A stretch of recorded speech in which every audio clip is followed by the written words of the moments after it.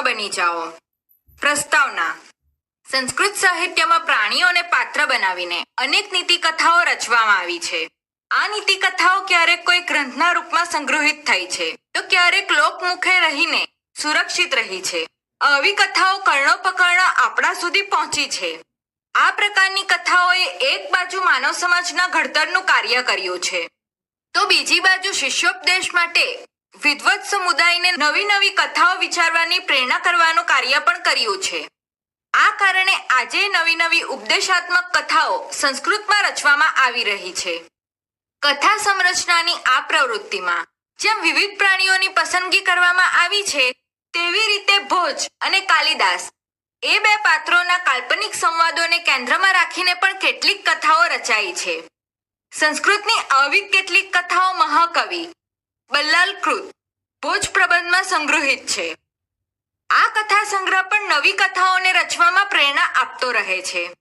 આવી પ્રેરણાના ફળ સ્વરૂપે પ્રસ્તુત કથાની સંરચના કરવામાં આવી છે.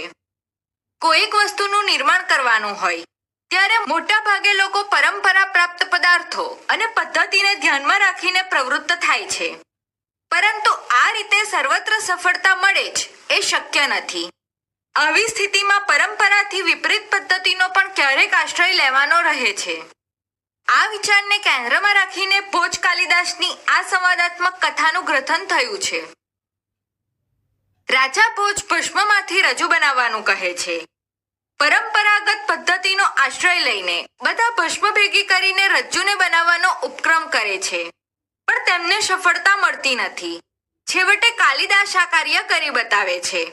તે ભસ્મમાંથી રજ્જુ બનાવવાને બદલે રજ્જુને જ ભસ્મ બનાવે છે. આ રીતે ભોજની ઈચ્છાને સંતોષે છે અને પુરસ્કાર મેળવે છે. માણસે સતત યાદ રાખવાનું છે કે પુરુષાર્થી અને બુદ્ધિમાન માણસને માટે સંસારમાં કોઈ વસ્તુ અસંભવ નથી. એકદા રાજસભાયામ ભોજેન ઉદ્દોષિતમ યદિ કશ્ચિત જનઃ ભસ્મના રજ્જુમ નિર્માયાત મહ્યમ દાસ્યતિ તર્હિ અહમ તસ્મે રૂપ્યકાણામ સહસ્ત્રમ પ્રદાસ્યામિતિ. અનુવાદ. એકવાર લોકસભામાં ભોજે જાહેર કર્યું, જો કોઈ માણસ રાખ વડે દોરડું બનાવીને મને આપશે તો હું તેને 1000 રૂપિયા આપીશ.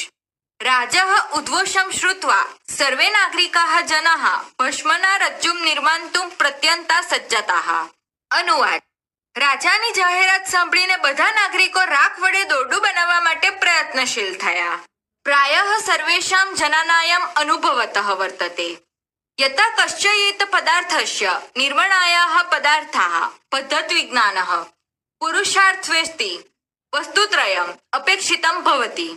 યદિ કારણભૂતાઃ પદાર્થાઃ ન સન્તિ કસ્યાપि નવીનસ્ય પદાર્થસ્ય નિર્માણમ કર્તુમ ન શક્યતે. સત્સુ કારણભૂતેષુ પદાર્થેષુ અપि યદિ નિર્માણસ્ય પદ્ધતિઃ નાવગતા તદાપि પદાર્થસ્ય નિર્માણમ કર્તુમ ન પારયામઃ.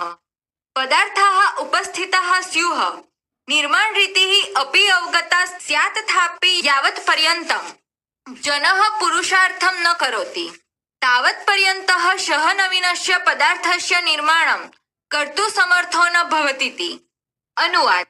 મોટે ભાગે સર્વે માણસોને આ અનુભવ હોય છે કે કોઈ પણ વસ્તુ બનાવવા માટે પદાર્થો, પદ્ધતિ જ્ઞાન અને પુરુષાર્થ એમ 3 વસ્તુઓ જરૂરી હોય છે. જો કારણરૂપ બનેલા પદાર્થો ન હોય તો કોઈ પણ નવા પદાર્થને બનાવવાનું શક્ય થતું નથી. કારણરૂપ બનેલા પદાર્થો હોવા છતાં પણ જો બનાવવાની પદ્ધતિ આવડતી ન હોય ત્યારે પણ વસ્તુને બનાવવામાં સફળ થતા નથી. પદાર્થો હાજર હોય નવી વસ્તુ બનાવવાની રીત પણ જાણેલી હોય તો પણ જ્યાં સુધી માણસ પુરુષાર્થ ન કરે ત્યાં સુધી તે નવી વસ્તુ બનાવવામાં સફળ થતો નથી. નગરસ્ય પ્રત્યેકમ જનઃ સ્વકીયેન ઉપયુક્તેન અનુભવેન પ્રથમમ રજ્જુ નિર્માણે આવશ્યકાનામ ભસ્મ જલાદીનામ પદાર્થાનામ એકત્રીકરણે પ્રવૃત્તઃ તતો ગોતુમ ચૂર્ણેન રોટિકાયાઃ નિર્માણસ્ય યાદૃશી પદ્ધતિઃ તેનાવગતા આસીત. તયા પદ્ધત્યા રજ્જુ નિર્માણે પ્રચંડેન પુરુષાર્થેન ઉદ્યતઃ જાતઃ. કૃતેનાપી બહુના પ્રયત્નેન ભસ્મ રજ્જુ રૂપતામ ન પ્રાપ્તમ યતો હિ જલાર્ધ ભસ્મ રજ્જુ રૂપતા પ્રદાન કાલે વિશેષમ સત રજ્જુ રૂપમ ન સાધ્યતિ સ્મ. નિખિલો દિવસ એકમેવ વ્યર્થઃ વ્યતીત પરિણામતઃ ભસ્મના પ્રણીતામ રજ્જુમ અવલોકયેતુ કામઃ રાજા નૈરાશ્યમ ભજત. અનુવાદ: પ્રત્યેક નગરજન પોતાના ઉપર કહ્યા મુજબના અનુભવ વડે દોરડું બનાવવામાં જરૂરી હોય એવા રાખ, પાણી વગેરે પદાર્થોને એકઠા કરવામાં પ્રવૃત્ત થયો. પછી ઘઉંના લોટથી રોટલી બનાવવાની જેવી પદ્ધતિ તેણે જાણેલી હતી તે પદ્ધતિ વડે દોરડું બનાવવામાં જોરદાર પુરુષાર્થ વડે પ્રયત્નશીલ થયો. બહુ કોશિશ કરવા છતાં રાખ દોરડાનું રૂપ સધાતું ન હતું. આખો દિવસ એમને એમ નકામો ગયો. ફળ સ્વરૂપે રાખથી બનાવવામાં આવેલું દોરડું જોવાની ઈચ્છાવાળો રાજા હતાશ પામ્યો.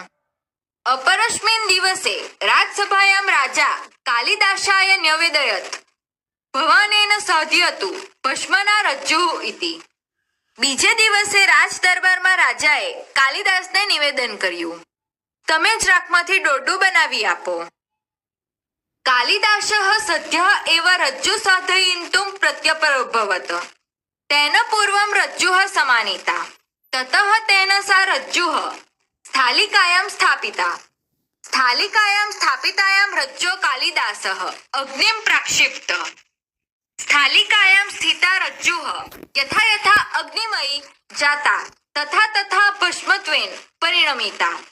એવં કાલિદાસેન ભસ્મના રજ્જુઃ નિર્મિતા. પ્રશાંતે અગ્નો સ્થાલિકા સ્થિતાં ભસ્મભૂતાં રજ્જુ કાલિદાસઃ રાજ્ઞે ભોજાય અદર્શયત. રાજા પ્રસન્ન ભૂત્વા કાલિદાસાય રૂપ્યકાણાં સહસ્રમ દદો. પુરસ્કારેણ પ્રસન્ન વદનઃ કાલિદાસઃ ઉપસ્થિતાન જનાન પ્રત્યવોચત. અનુવાદ: કાલિદાસ તરત જ દોરડું બનાવવા પ્રયત્નશીલ થયા. તેઓ પહેલા દોરડું લઈ આવ્યા. પછી તેમણે તે દોરડું એક થાળીમાં મૂક્યું. થાળીમાં મૂકેલા દોરડા પર કાલિદાસે અગ્નિ નાખ્યો.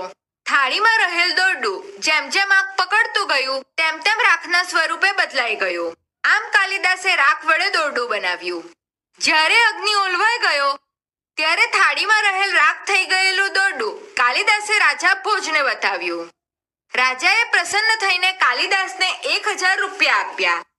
પુરસ્કારથી પ્રસન્ન થયેલા કાલિદાસે હાજર રહેલા લોકોને કહ્યું, પ્રવાપતિતો લોકઃ પ્રવામનુસેવતે સેવમાનઃ પ્રવાહં તમ કાર્યમ સાધયતે મુદા. અનુવાદ: પ્રવાહમાં પડેલા લોકો પ્રવાહને અનુસરે છે. તે પ્રવાહને સેવતા તેઓ આનંદથી કાર્ય સિદ્ધ કરે છે. વ્યચિત્રાદસ્ય વિશ્વસ્ય પ્રવાહે સેવિતે પીવા કાર્ય સાધન વેલાયામ માનવઃ નિષ્ફલો ભવેત. અનુવાદ: આ વિશ્વની વિચિત્રતાને લીધે પ્રવાહને સેવેલો હોય તો પણ માણસ કાર્ય સિદ્ધ કરવાના સમયે ક્યારેક અસફળ થાય. મામીવાનુસર્ન પ્રાજ્ઞો વિરુદ્ધમ મંત્રયેત કચ્ચિત ભસ્મ ભવતુનો રજ્જુઃ રજ્જુ ભસ્મ ભવત્વિતિ. અનુવાદ: દોરડું રાખ ન થાઓ તો રાખ દોરડું થઈ જાઓ. એમ મારી માફક અનુસરતા સમજદાર માણસે ક્યારેક વિરુદ્ધ વિચાર કરવો જોઈએ.